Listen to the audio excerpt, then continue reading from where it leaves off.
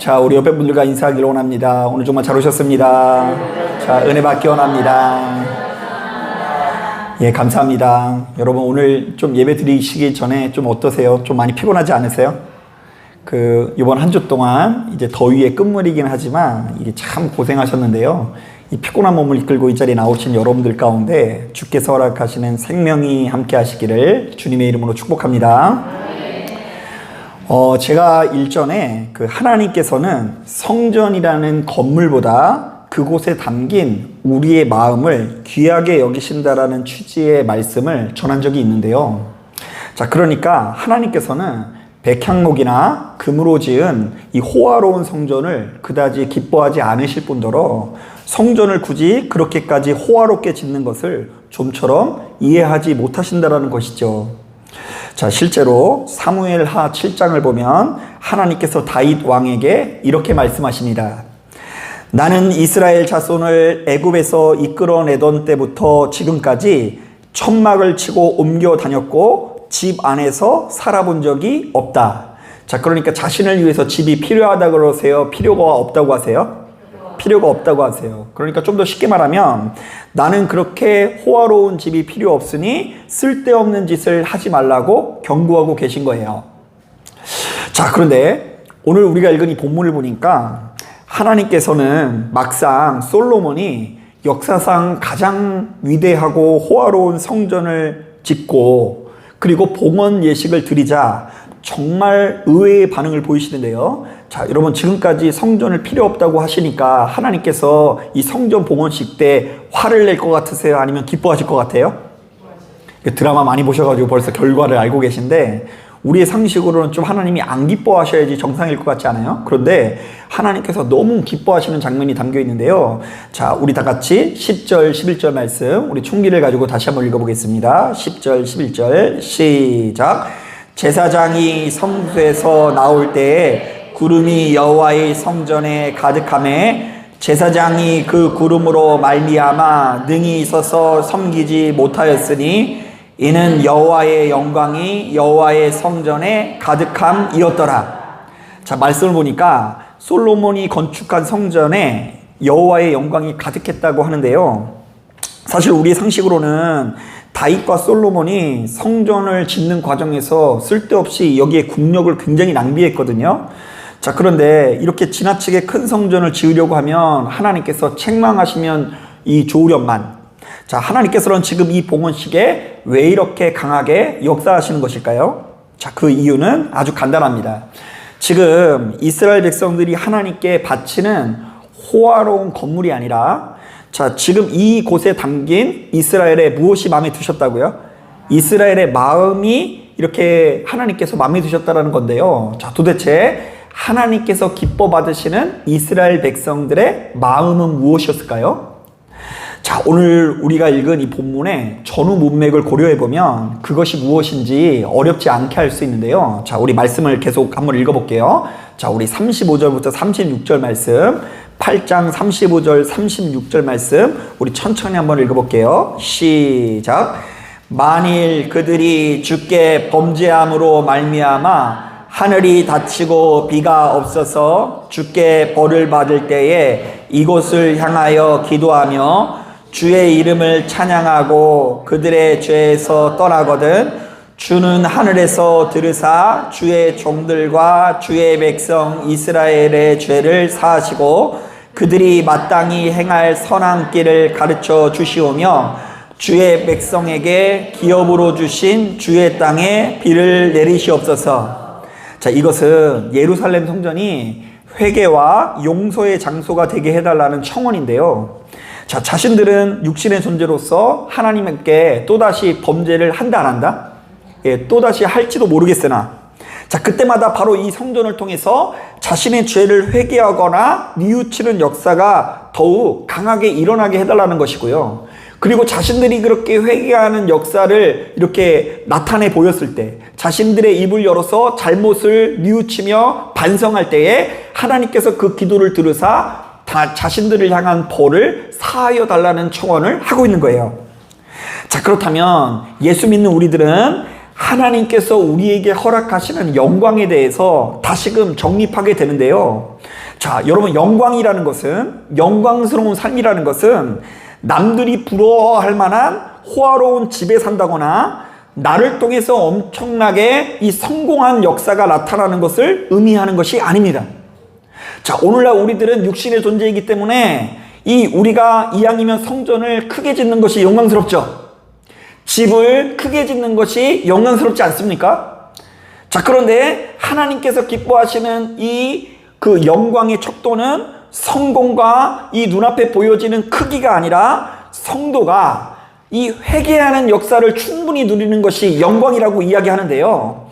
그러니까 우리가 스스로의 죄를 자각하고 하나님 앞에 용서받기 위해서 끝없이 노력하는 그 자세야말로 하나님께서 보셨을 때 가장 아름다운 신앙의 자세라고 규정하고 계시다는 것입니다. 자, 실제로 제가 막상 교회를 이렇게 담임을 해보니까요. 자, 우리가 매일같이 섬기는 교회지만 이 교회가 힘있는 교회가 되기 위해서 여러분, 뭐가 필요한 것 같으세요? 자, 우리 교회가 힘있는 교회가 되기 위해서는 어떤 역사가 나타나야 될 것 같아요? 예, 그 어떤 분들은 이렇게 이야기하시더라고요. 아, 목사님, 이제 우리의 소원이 하나 있는데 지하에 있지 말고 어디로 올라가자고요? 예, 그 2층에 마침 비어있네요 이러면서 2층에 올라가려고 하는 우리 성도들의 열망이 지금 얼마나 뜨거운지 모릅니다. 여러분, 2층에 올라가고 싶습니까? 예, 그죠? 막상 이렇게 바로 아멘이 크지 않으시나요? 그런데 여러분, 막상 의외로 2층에 올라가더라도요, 우리의 예배가, 그리고 우리 모임이 그렇게 영광스러워지는 것이 아니에요. 여러분, 막상 우리가 신바람 내면서 이 교회를 영광스럽게 다니기 위해서 필요한 것이 제가 보았을 때 무엇이냐면요, 가장 이 교회의 영광스러운 성도의 자세인 눈물이 필요하더라고요. 자, 그러니까 이 예배를 통해서 눈물을 흘리는 성도들이 좌우지간 어떠한 과정을 통해서든 나타날 때 우리의 예배가, 교회가 영광스러워진다는 것을 여러분 기억하셔야 될 줄로 믿습니다. 그러니까 자신의 삶이 너무 버거워서 큰 고통에 머물러 있던 자가 하나님의 은혜로 위로를 받고 눈물을 흘릴 때에 우리 교회가 영광스러워지는 거고요. 또한 더 나아가서 지금까지 세상에서 누가 제일 잘난 줄 알았어요? 내가 제일 잘난 줄 알고 나는 세상에서 제일 잘 나가는 부모요, 자녀요, 성도요, 직분자인 줄 알았는데 막상 성령께서 역사해 주셔서 눈에 비늘을 벗겨주시니까 이 세상에서 가장 부족하고 초라하고 죄인인 사람이 누구라는 걸 깨달을 때, 나 자신이라는 것을 깨달으면서 눈물 흘리는 역사가 나타날 때에 바로 그런 사람들이 모인 우리 교회가 영광스러워지기 마련이라는 것이고요. 그런 우리들이 드리는 이 예배가 영광스러운 예배가 될 수 있다는 이야기를 하는 거예요. 자, 그런데 희한한 것은요, 바로 이러한 역사는 보통 신앙생활을 아주 오랫동안 해오신 분들보다 이제 막 신앙생활을 시작하는 분들에게 나타나는 경우가 참 많습니다.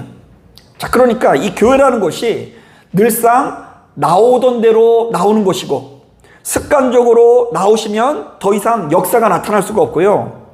또한 시간이 흐르면 흐를수록 머리가 커져서 자기 자신이 엄청난 의인인 줄 아는 사람, 수준이 높은 사람인 줄 아는 사람들만 모이게 된다고 한다면 세상 사람들이 깜짝 놀랄 만한 영광은 우리에게서 더 이상 나타나지 않을 수 있다는 이야기를 하는 거예요. 한번 따라해 보겠습니다. 우리 안에 있는 고통이 눈물로 나타나야 된다. 여러분, 사람이 진짜 힘들고 괴로우면 누구한테 도우심을 요청할 수밖에 없어요? 하나님께 도우심을 요청할 수밖에 없는데, 누군가 이 자리에 모여서 야, 지난 날을 돌이켜 보았을 때 내 인생이 이렇게 잘 풀리지 않고 어려움을 당하는 것이 사실은 누구 때문이 아니라 내 자신이라는 걸 발견했을 때에 하나님 앞에 그런 자신의 죄와 허물을 솔직하게 고백하면서 가슴을 치며 고백하는 자들이 나타날 때에 우리의 모임이 정말로 하나님께서 기뻐 받으시는 아름다운 모임이 된다라는 거예요. 자, 저는 이런 점에서 참 감사한 것이 있는데요.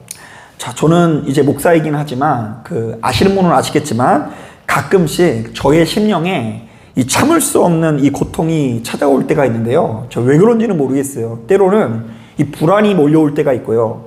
초조함이 몰려올 때가 있고요. 불만족이 몰려올 때가 있는데, 이제 그럴 때에는 하던 일을 멈추고 그래도 교회 나와서 뭘 할까요? 그리고 제가 유리한 게 뭐냐면요. 저의 일터에서 이 교회가 굉장히 가깝다라는 그 구조적인 장점이 있어요.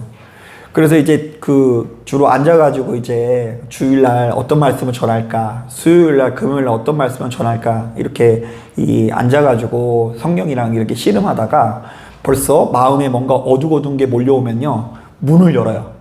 그럼 문을 열어 들어와가지고 여기서 기도하다 보면요, 때로는요 진짜 눈물이 막 폭포수처럼 흐르기도 하고요.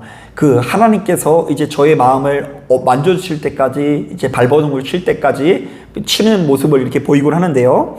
제가 이 초창기만 하더라도요, 이런 내 자신이 너무나 부족한 것 같고 목회할 자격이 없어서 이 도망가고 싶은 마음이 가득했는데요. 이 최근 들어 생각이 좀 바뀌게 됐어요. 자, 왜냐하면 내가 이렇게 연약한 점을 가지고 있기 때문에 하나님 앞에 눈물을 흘리면서 그분의 도우심을 요청할 수 있다라는 생각이 들었기 때문입니다. 자, 한번 따라해 보겠습니다. 하나님, 나의 연약함을 도와주시옵소서. 자, 저는 이 자리에 참석한 여러분들에게 그런 역사가 나타나길 원합니다.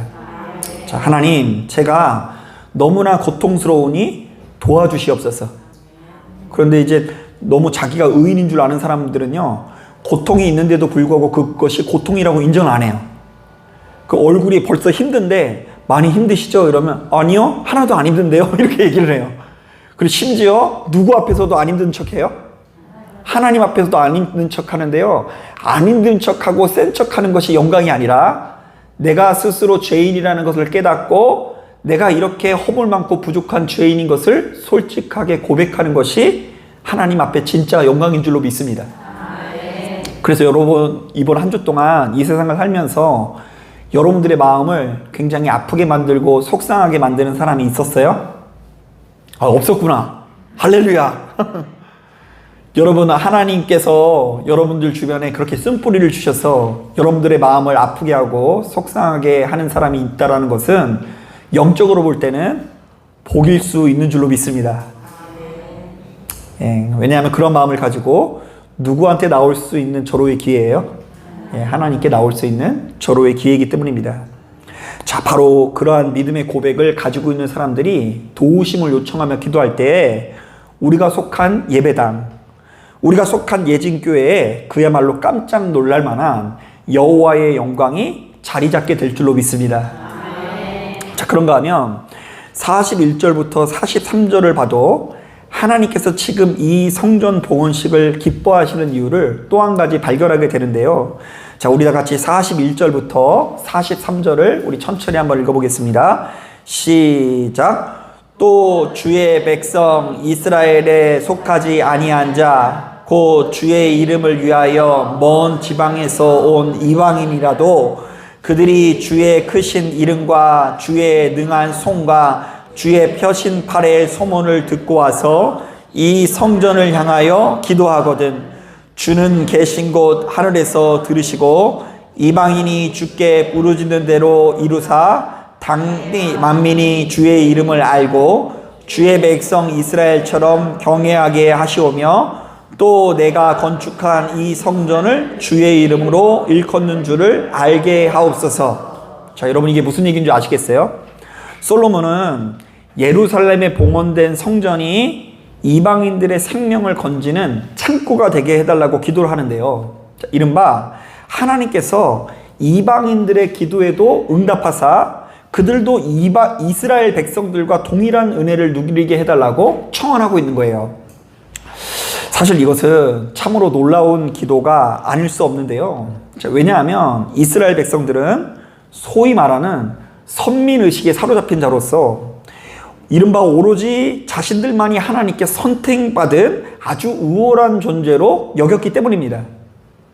자, 그래서 우리가 성경을 묵상하다 보면 유대인들과 이방인들의 이 관계가 이 예수의 이름으로 해결된 것 같아요? 아니면 해결되지 않는 것 같아요? 해결이 잘 안 돼요. 특히 이 사도행전을 보면 부활하신 예수를 목격하기도 하고 오순절날 성령을 경험한 이 제자들도 역시 선민의식을 이겨내지 못하고 다툼과 분쟁이 발생하는데요. 자, 이른바 정통 유대인들과 헬라파 유대인들 사이에 이 밥 먹을 때 반찬 문제를 가지고, 반찬 배급하는 문제를 가지고 아주 박터지게 싸우게 됩니다. 자, 그러나 엄연히 따졌을 때 하나님께서는요, 헬라파 유대인도 사랑하시고 유대인들도 사랑해 주시는 줄로 믿습니다. 그리고 하나님께서는 요나뿐만 아니라 니느웨도 사랑하시는 걸 믿으십니까?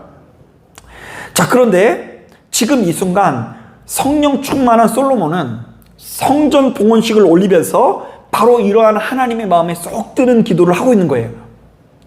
자신의 성전을 통해서 유대인뿐만 아니라 이방인들도 역시 복을 받고 생명을 누리게 해달라고 기도를 한 것이죠. 자, 그렇다고 한다면 예수 믿는 우리들은 바로 이 말씀을 통해서 하나님께서 허락하시는 영광에 대해서 다시금 정립하게 되는데요. 자, 영광은 남들이 깜짝 놀랄 만한 호화로운 집에 산다거나 엄청나게 놀라운 성공의 역사가 나타나는 것이 아니라 성도가 만물을 향한 하나님의 사랑을 헤아리는 것이야말로 진짜 영광이라고 할 수 있는 것입니다. 이른바 우리들은 그리스도 예수의 이름으로 더 넓고 깊은 사람이 되어야 할 줄로 믿습니다. 자, 이런 점에서 열왕기상 4장을 보면 참 인상 깊은 말씀이 있는데요. 여러분들에게는요, 이 솔로몬 왕이 어떤 왕으로 알려져 있어요? 예, 지혜의 왕으로 알려져 있죠. 그런데 솔로몬이 가장 지혜롭고 총명할 때의 모습이 어떤 줄 아세요? 자, 그가 총명할 때의 모습을 이렇게 기록하고 있어요. 하나님이 솔로몬에게 지혜와 총명을 심히 많이 주시고 또 넓은 마음을 주시되 바닷가에 모래같이 하시니. 자, 지혜롭다라는 것과 또 마음이 어떻다라는 것을 동일하게 취급하고 있어요. 넓은 마음을 가지고 있는 것을 지혜로운 상태라고 이렇게 일컫고 있어요. 그래서 이 솔로몬이 지혜롭다라는 것은 그가 어려운 문제를 척척 풀어내거나 시험을 보았다면 무조건 1등을 해서가 아니라 바다와 같이 넓은 마음을 가졌기 때문이라고 증언하는데요. 자, 이른바 가장 지혜롭고 총명한 상태는 한없이 너그럽고 인자한 상태를 말하고요. 내 마음에 안 드는 누군가를 쉽사리 미워하지 않고 마음껏 품어주고 사랑해줄 수 있는 역사를 말합니다. 한번 따라하겠습니다. 지혜로운 자는 넓은 사람을 의미한다. 예, 그러면 여러분들이 기도를 많이 하면 여러분들의 모습이 어떻게 변해야 돼요? 예, 이번 주 6자리 그거 맞추는 게 그 은혜 있는 거 아니에요. 여러분들이 기도를 많이 해서 막 모든 걸 다 꿰뚫어. 역사의 흐름이 누구의 기도대로 다 흘러가요? 내가 기도한 대로 흘러간다고 생각하시면 안 돼요. 그것은 자기 자신을 하나님처럼 섬기는 우상으로 만드는 거예요. 기도를 많이 하면 많이 할수록 신통력이 놀라워지는 것이 아니라 기도를 많이 하면 할수록 우리들의 마음이 넓어져야 될 줄로 믿습니다. 여러분, 우리가 성경을 보면 이런 말씀이 있잖아요. 주 예수를 믿으라. 그리하면 너와 내 집이 구원을 받으리라. 자, 그런데 여러분들의 생각에는 예수 믿는 사람과 그의 가정이 구원을 받는다면 어떻게 구원을 받을 것 같아요? 자, 여러분 예수 믿고 구원 받으셨습니까? 자, 그런데 예수 믿는 사람들에게 나타나는 그 구원의 역사가 뭐냐고요? 자, 누군가가 예수를 믿으면 그들도 모르는 사이에 큰 권능이 나타나서 저절로 모든 고통이 사라지고 그들의 인생이 술술 풀릴 것 같으세요? 자, 그러니까 망나니였던 누군가가 야, 내가 이 구두를 가지고 맨날 그분을 위해서 기도했더니 망나니였던 사람이 갑자기 불받고 갑자기 변해가지고 이 천사 같은 사람으로 변하는 역사, 여러분 그것이 구원의 역사인 것 같으세요? 자, 물론 성경에 보면 그런 역사가 전혀 없었던 것은 아닙니다. 이 사도 바울 같은 경우에도 이 성령을 받기 전에는 예수 믿는 사람들을 잡아다가 죽이는 자였는데 성령을 받고 나니까 복음을 전파하는 자로 바뀌긴 했죠. 자, 그런데 제가 막상 목회하면서 가장 빈번하게 목격하는 구원의 역사는 예수 믿는 누군가의 심령이 넓어져서 서로 사랑하고 용서하는 역사가 나타날 때에 비로소 참된 구원의 능력이 나타나게 되더라고요. 자, 그러니까 여러분, 지금 누군가가, 주변에 있는 누군가가 교회 열심히 다녔으면 좋겠어요? 생각보다 아멘들을 안 해주시는데요. 여러분 자녀들이 좀 교회 열심히 다니셨으면 좋겠어요? 왜요? 교회 다니면서 누리게 되는 그 구원이 뭔데요? 이 아이들이 하나님께 붙들림을 받을 때에 사랑하고 용서하는 사람이 될 수 있을 줄로 믿습니다. 그리고 여러분들 가정 가운데 그런 역사가 나타나기 위해서 예수의 이름을 붙드는 거예요. 그래서 우리는 예수를 화목제물이 화목제물이 되신다라고 이야기하는데, 이 화목제물이 다툼에 있는 누군가를 화해시킨다라는 의미가 담겨 있는 거예요. 자, 좀 더 구체적으로 말하면, 우리가 예수를 영접하기 전에는 우리 가정에 그야말로 미움, 다툼, 시기 질투가 가득했거든요. 그야말로 6.25 때 난리는 난리도 아닐 정도로 서로 간의 갈등이 어디에 있다고요? 우리 가정 안에 있었어요. 서로 미워하고요, 상처 입히고요, 가장 나의 인생을 행복하지 못하게 만드는 사람이 우리 가족이었어요. 자, 그래서 우리 가정은 그야말로 풀 한 폭이 나지 않는 사막의 모습을 하고 있고요, 그 어떤 사랑의 온기도 남아있지 않은 차디찬 냉골의 모습을 하고 있는데, 정작 누구만 모를 수 있다고요? 자기 자신만 모를 수 있다라는 거죠. 자, 그래서일까요? 최근에 큰 사랑을 받고 있는 TV 프로그램 중에 이런 이름이 있어요. 오은영 리포트, 결혼 지옥. 이른바 정신의학과 박사인 오은영 씨가 지속적으로 어떤 가정들을 관찰해 보았더니, 우리의 가정이야말로 사실은 무엇처럼 변하기 일쑤였다고요? 지옥처럼 변하기 십상이라는 거예요.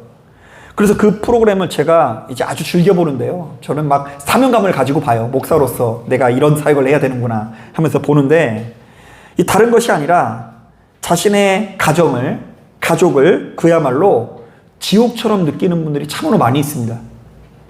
그러니까 여러 가지 문제가 얽히고 설켜서 결국에는 누군가를 미워하고 싫어하고 한 공간에 있기 싫어하는 거, 말하기 싫어하는 거, 대화하기 싫어하는 거, 이게 지옥인 거예요. 자, 그런데 제가 가만히 보니까 누군가가 복음을 영접하고 하나님과 친밀히 교제하는 가운데 그 사랑의 온기를 배워나가게 되는데요, 이른바 내가 너무나 큰 죄인이지만 하나님께서 이런 나를 아끼고 사랑하사 오래 참고 기다려 주신 것처럼 우리도 역시 누군가를 오래 참고 기다리기 위해서 노력하게 된다는 것이죠. 자, 여러분, 우리 예진교회가 영광스러운 교회가 되기 위해서는 바로 이렇게 하나님의 사랑이 나타나야 됩니다. 와, 아무개가 교회를 다니더니 훨씬 더 너그러워졌다. 야, 우리 엄마가 교회를 나가더니 부드러워졌다. 와, 아무개가 교회를 다니기 전에는 툭 하면 밥상을 띄었고 욕이 툭 튀어나오고 길길이 날뛰었지만 비로소 자신의 성품을 다스리게 되었다. 이것이 드러나는 것이 진짜 영광이에요. 자, 바로 그때에 우리 주변 사람들이 우리가 믿고 의지하는 예수님께 호감을 보이면서 자신도 역시 그분을 믿으려고 하는 마음을 품기 마련이고요, 또한 우리들도 역시 삶의 고통과 괴로움을 벗어나 참 구원의 능력을 누릴 수 있는 것입니다. 자, 그러니까 여러분, 제발 제가 여러분들에게 권면 드리는 건 뭐냐면요, 예수 믿는 우리들이 정말 조심해야 되는 게 뭐냐면, 가는 곳곳마다 어설픈 신통력으로 선지자 노릇해서는 안 되는 거예요. 자꾸 선지자 노릇하는 사이에 누구를 못 볼 수 있어요? 자기 자신을 못 보는 사람들이 너무 많아요. 그래서 제가 야, 진짜 성경에 약속되어져 있는 복이 이거였는데 선지자 노릇하다가 그 복이 무엇인지 발견하지 못하고 나부터가 그 복을 누리고 있지 못하다라는 것을 깨닫지 못하고 개선해 나가지 못했어요. 여러분, 우리가 꿈에서 뭘 보는 게 권세 아닙니다. 환상으로 본 거, 내가 기도했던 대로 세상이 따라오는 거, 어떤 분들은 이 코로나19가 세상을 뒤엎기 전에 꿈에서 다 봤다고 하더라고요. 그 어떤 분들은 이제 다음번에 대통령이 누가 될지를 하나님께서 꿈에서 보여주셨대요. 자, 그런데 꿈으로든 환상으로든 그거 보는 게 권능이 아니에요.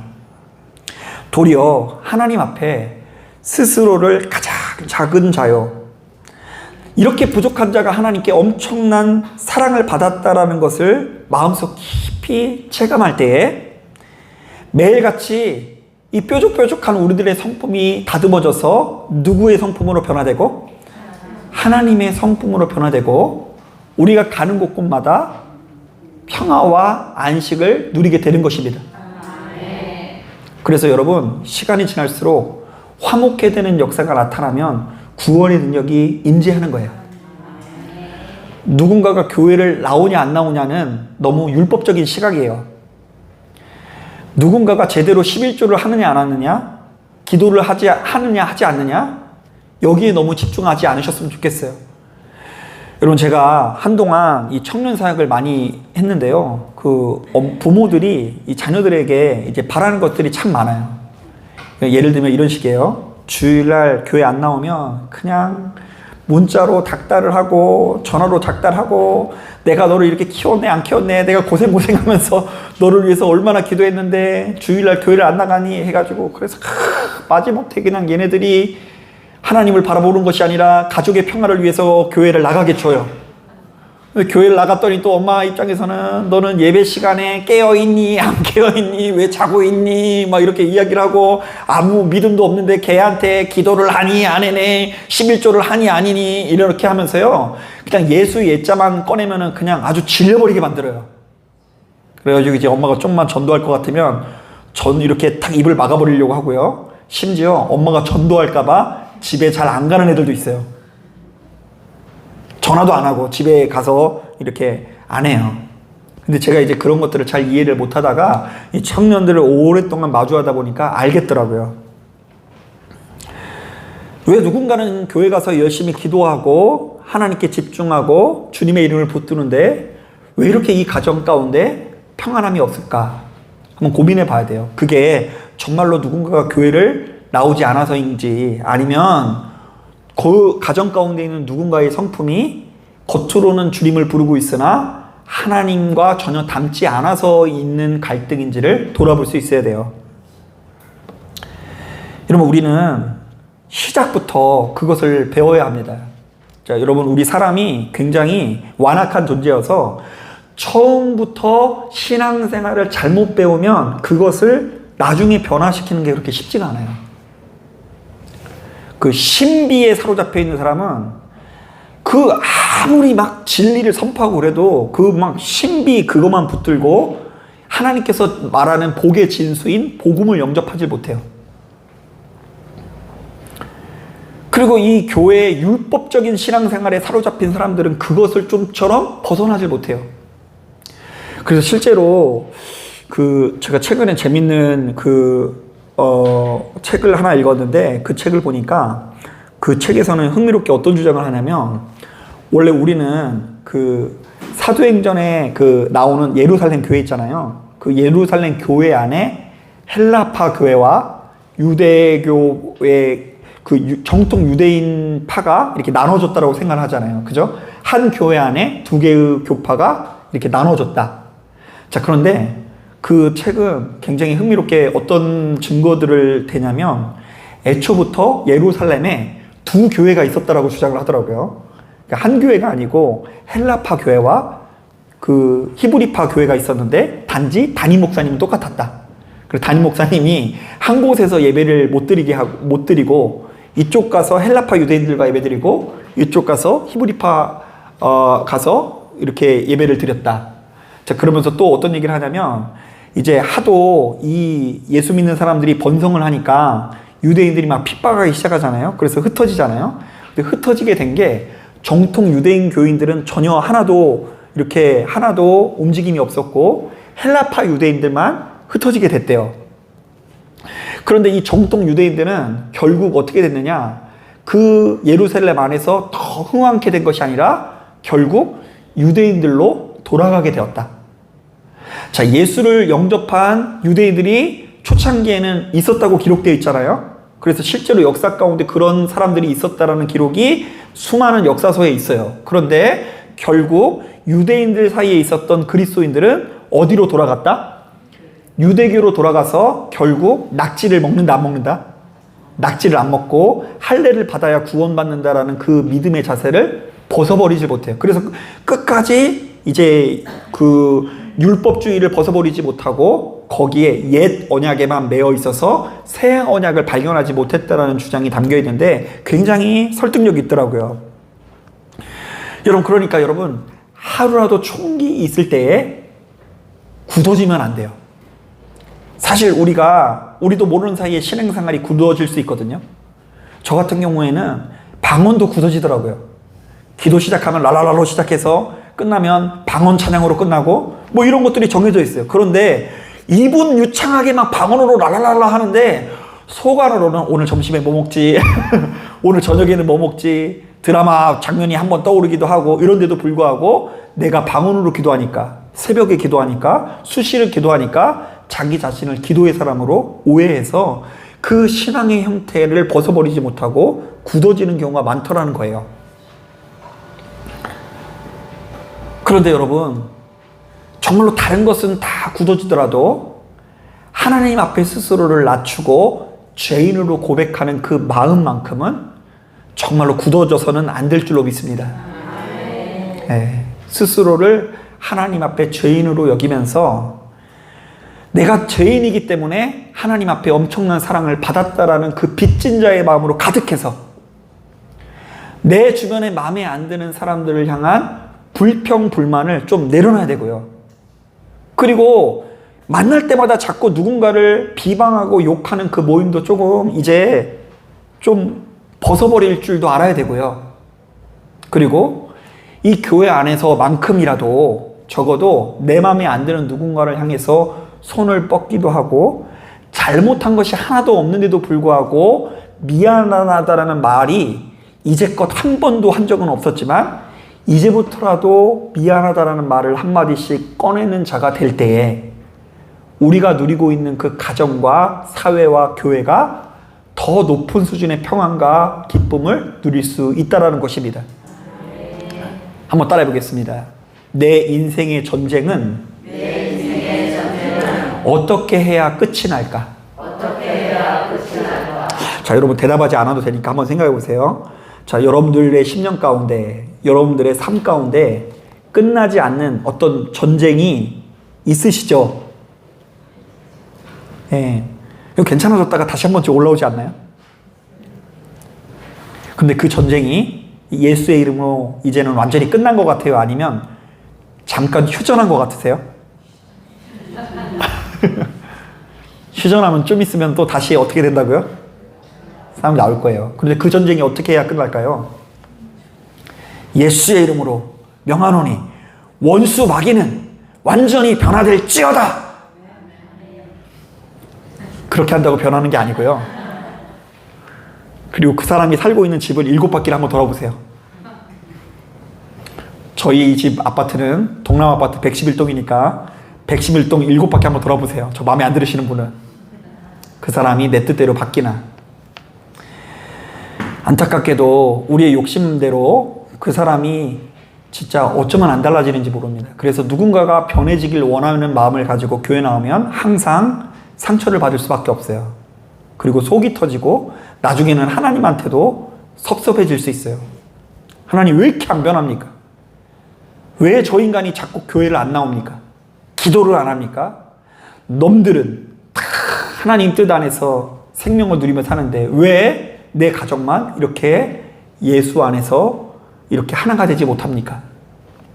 자, 그런데 타인을 향한 그 변화는 내 맘대로 안 나타나는지 모르겠지만 누구를 향한 변화는, 나를 향한 변화는 주님께서 응답해 주실 줄로 믿습니다. 그래서 너무나 변화된 나를 통해서 내가 생각지도 않은 사이에 그 사람도 변하는 역사가 나타나게 될 줄로 믿습니다. 사랑하는 여러분, 오늘 말씀에 귀를 기울이시고 시간이 지나면 지날수록 이 자리에 참석한 저와 여러분들이 영광을 누리길 바랍니다. 이른바 그리스도 예수의 이름으로 자기 자신이 얼마나 큰 죄인인지를 깨닫고 우리를 향한 그리스도의 사랑을 배워나가시는 저와 여러분들이 되기를 주님의 이름으로 축복합니다. 자, 기도하겠습니다.